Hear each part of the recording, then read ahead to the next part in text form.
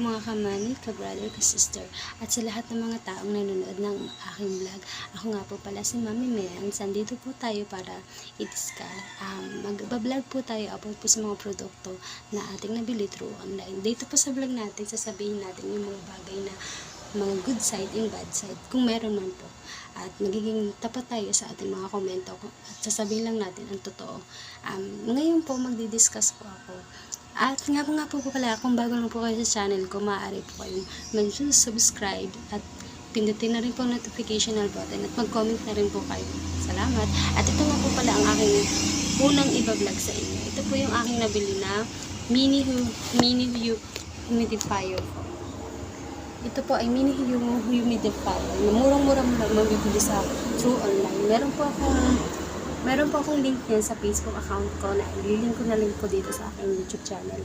At ito po ay ang humidifier na sinasabi ko po sa inyo. Mura lang po siya, wala pa siyang 100. Almost 59 pesos lang ata, 49 to 59 pesos lang po ata ito pag mabibili niyo siya through online.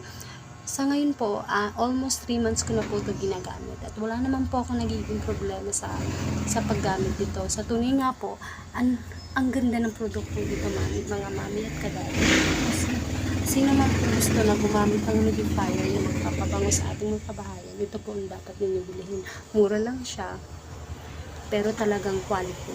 Wala akong masasabing negative ko sa produktong ito. At napaka-aesthetic po ng kanyang looks. Napakaganda mga kamami. Tignan niyo po.